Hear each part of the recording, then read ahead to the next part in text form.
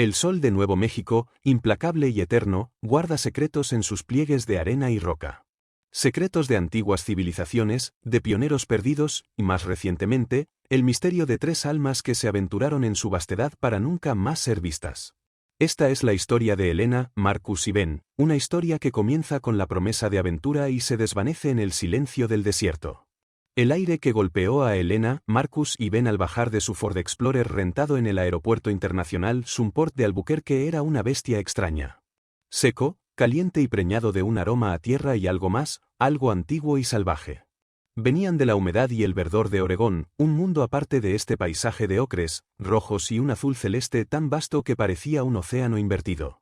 Elena, una fotógrafa de 32 años con una melena de rizos oscuros y una mirada que siempre parecía estar encuadrando una toma, fue la primera en sucumbir al encanto del lugar.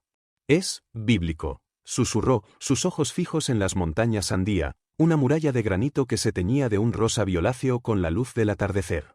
Para ella, Nuevo México era una paleta de colores primarios, una tierra de contrastes absolutos que prometía imágenes crudas y poderosas. Marcus, su prometido de 35 años, un arquitecto paisajista cuyo amor por la naturaleza se manifestaba en diseños meticulosos y sostenibles, sonrió ante el asombro de Elena. Era un hombre de complexión atlética, de movimientos seguros y una calma que a menudo servía de contrapeso a la impulsividad de Elena. Para él, el desierto era un estudio de la resiliencia, un ecosistema complejo y frágil que exigía respeto y comprensión. Espera a ver las formaciones rocosas cerca de Abiquiu, él, le dijo, pasando un brazo por sus hombros. Te vas a volver loca. El tercero del grupo era Ben, el hermano menor de Elena, un joven de 22 años recién graduado en historia que aún no sabía qué hacer con su vida. A diferencia de la pareja, Ben parecía menos impresionado por el paisaje y más interesado en la pantalla de su teléfono. Era alto y delgado, con el pelo rubio de su padre y una tendencia al sarcasmo que a menudo enmascaraba una profunda inseguridad. El viaje había sido idea de Elena y Marcus, una forma de celebrar su graduación, esperaban, de sacarlo de su caparazón. Los primeros días fueron una vorágine de exploración. Se maravillaron con la arquitectura de adobe de Santa Fe, caminaron por el cañón del Río Grande y se perdieron en las galerías de arte de Canyon Road.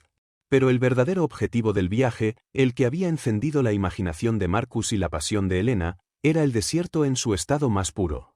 Habían planeado una excursión de un día al desierto de Bardenas Reales de Nuevo México, una zona remota de Badlands conocida por sus formaciones rocosas erosionadas por el viento y el agua, un paisaje lunar en la tierra.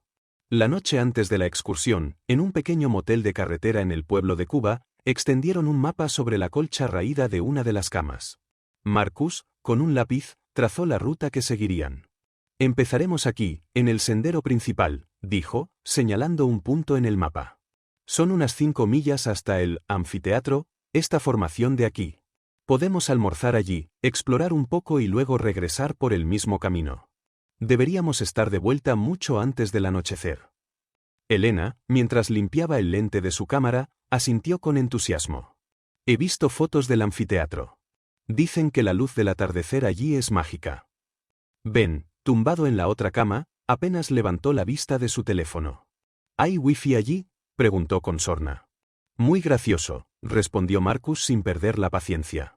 Pero en serio, Ben, mañana nada de teléfonos. Quiero que veas esto. Es importante. Ben se encogió de hombros. Claro, claro. Ver piedras. Emocionante. Segunda parte, el abrazo del desierto. El sol de la mañana era engañosamente suave cuando comenzaron la caminata. El aire era fresco y el cielo, de un azul inmaculado. El sendero estaba bien marcado al principio, un camino de tierra compactada que serpenteaba entre yucas, nopales y matas de artemisa. El silencio era profundo, roto solo por el crujido de sus botas en la grava y el zumbido ocasional de un insecto. Elena iba delante, deteniéndose cada pocos metros para capturar con su cámara la danza de la luz y la sombra sobre las rocas. Fotografiaba las espinas de un cactus cholla, la textura de la arenisca erosionada, el vuelo de un halcón en lo alto. Estaba en su elemento, perdida en la belleza austera del paisaje. Marcus la seguía de cerca, llevando la mochila más pesada con el agua, la comida y el botiquín de primeros auxilios. De vez en cuando, señalaba alguna planta o formación rocosa, explicando su geología o su papel en el ecosistema. ¿Ven esas líneas en la roca?, dijo, apuntando a una pared de un cañón cercano.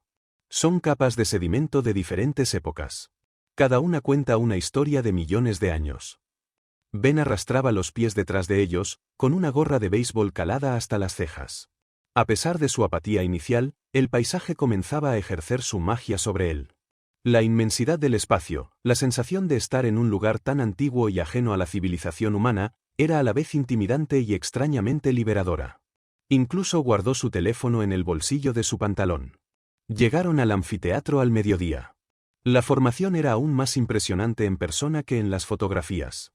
Un vasto cuenco de roca arenisca, esculpido por eones de viento y lluvia, con paredes que se elevaban cientos de pies hacia el cielo. El sol del mediodía caía a plomo, blanqueando los colores y eliminando las sombras. Mientras Marcus y Elena desempacaban el almuerzo a la sombra de una cornisa rocosa, Ben, sintiéndose inquieto, decidió explorar un poco. «Voy a subir a esa cresta», dijo, señalando un promontorio que ofrecía una vista panorámica del anfiteatro. «No te alejes mucho», le advirtió Marcus. «Y ten cuidado donde pisas. Hay muchas serpientes de cascabel por aquí». Ben hizo un gesto de desdén y comenzó a trepar por la ladera rocosa. La subida fue más difícil de lo que esperaba. La roca estaba suelta en algunos lugares y tuvo que usar las manos para mantener el equilibrio. Cuando finalmente llegó a la cima, el esfuerzo valió la pena. La vista era sobrecogedora. El desierto se extendía en todas direcciones, un mar de tierra agrietada y formaciones rocosas de otro mundo. Se sintió pequeño e insignificante, una mota de polvo en la inmensidad del tiempo y el espacio. Fue entonces cuando lo vio. A lo lejos, en un pequeño cañón lateral, algo brillaba bajo el sol. Parecía un trozo de metal o de vidrio. La curiosidad, una emoción que no había sentido con tanta intensidad en mucho tiempo, se apoderó de él.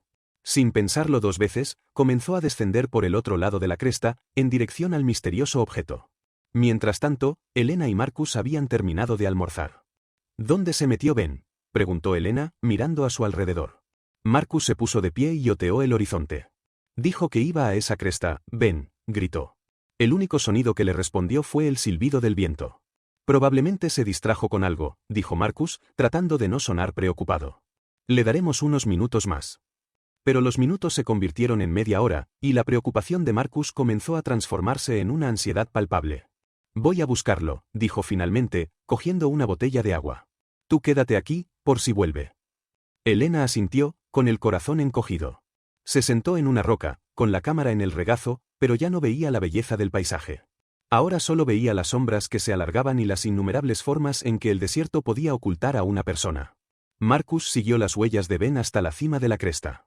Desde allí, pudo ver el cañón lateral donde su cuñado había desaparecido. Gritó su nombre una y otra vez, pero el viento se llevaba sus palabras. Comenzó a descender con cuidado, el corazón latiéndole con fuerza en el pecho. El terreno era traicionero, lleno de rocas sueltas y cactus. Encontró el objeto que había atraído a Ben. Era el fragmento de una botella de vidrio, probablemente de algún excursionista descuidado. Cerca de allí, vio las huellas de Ben. Pero no conducían de vuelta al anfiteatro. Continuaban adentrándose en el cañón. Marcus sintió un escalofrío recorrerle la espalda, a pesar del calor sofocante. Habían cometido el error cardinal de los excursionistas inexpertos, se habían separado. Decidió seguir las huellas de Ben, convencido de que no podía haber ido muy lejos. Pero el cañón era un laberinto de recovecos y pasadizos estrechos. A cada paso, la sensación de desorientación aumentaba. El sol, que antes había sido una fuente de vida, ahora era un enemigo que le golpeaba la cabeza y le secaba la garganta.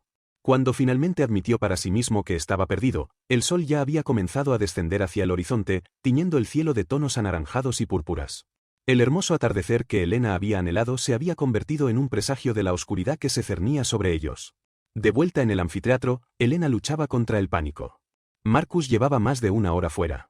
Estaba sola, en medio de la nada, sin forma de comunicarse con el mundo exterior. Su teléfono, al igual que el de Marcus y Ben, no tenía señal. El crepúsculo dio paso a la noche, y con la oscuridad llegó el frío del desierto. Un frío que calaba hasta los huesos y que traía consigo los sonidos de los depredadores nocturnos, el aullido de un coyote, el ulular de un búho. Elena se acurrucó contra una roca, temblando de frío y de miedo. Los tres, que habían llegado como turistas en busca de una aventura, se habían convertido en tres puntos de luz a punto de ser engullidos por la inmensidad del desierto de Nuevo México. La desaparición había comenzado. La primera noche fue una prueba de fuego, una inmersión abrupta en la brutal indiferencia del desierto. Para Elena, sola en el anfiteatro, cada sombra danzante proyectada por la luna era una amenaza, cada susurro del viento un presagio. Se había puesto todas las capas de ropa que llevaba, pero el frío del desierto, un frío seco y penetrante, se filtraba a través de ellas. El silencio, antes tan pacífico, ahora era opresivo, un lienzo en blanco sobre el que su imaginación aterrorizada pintaba los peores escenarios posibles. ¿Se habría caído Ben? ¿Se habría torcido un tobillo Marcus? ¿Estarían heridos, solos, llamándola en la oscuridad? El agua, que por la mañana parecía tan abundante, ahora era un tesoro que racionaba con sorbos diminutos, cada gota un recordatorio de su vulnerabilidad. A kilómetros de distancia, Marcus enfrentaba su propia batalla contra la noche. Había abandonado la búsqueda de Ben cuando la luz se desvaneció, dándose cuenta de la locura de vagar a ciegas por un terreno tan traicionero. Encontró refugio en una pequeña cueva, poco más que una hendidura en la roca, y se acurrucó en su interior, tiritando. La culpa lo carcomía. Él era el líder, el experto, el que se suponía que debía mantener a todos a salvo. Había subestimado el desierto, había permitido que se separaran, había roto la regla más básica del excursionismo. El peso de su fracaso era tan abrumador como el frío. Ben, por su parte, estaba en el peor estado de los tres. Su impulsiva persecución del objeto brillante lo había llevado a un laberinto de cañones del que no sabía cómo salir. Cuando se dio cuenta de que estaba perdido, el pánico se apoderó de él. Corrió en una dirección, luego en otra, sin rumbo fijo, malgastando una energía preciosa. El sol se puso y lo encontró solo, aterrorizado y completamente desorientado. No tenía agua, ni chaqueta, ni idea de dónde estaba. La arrogancia que había mostrado por la mañana se había evaporado, reemplazada por un miedo infantil a la oscuridad. Se acurrucó al pie de una roca, temblando incontrolablemente, convencido de que iba a morir allí. El amanecer trajo consigo un alivio momentáneo del frío, pero también la cruda realidad de su situación. El sol, que el día anterior había sido una fuente de asombro, ahora era un enemigo mortal. Con cada hora que pasaba, el calor se intensificaba, el aire se volvía más seco y la sed una tortura constante.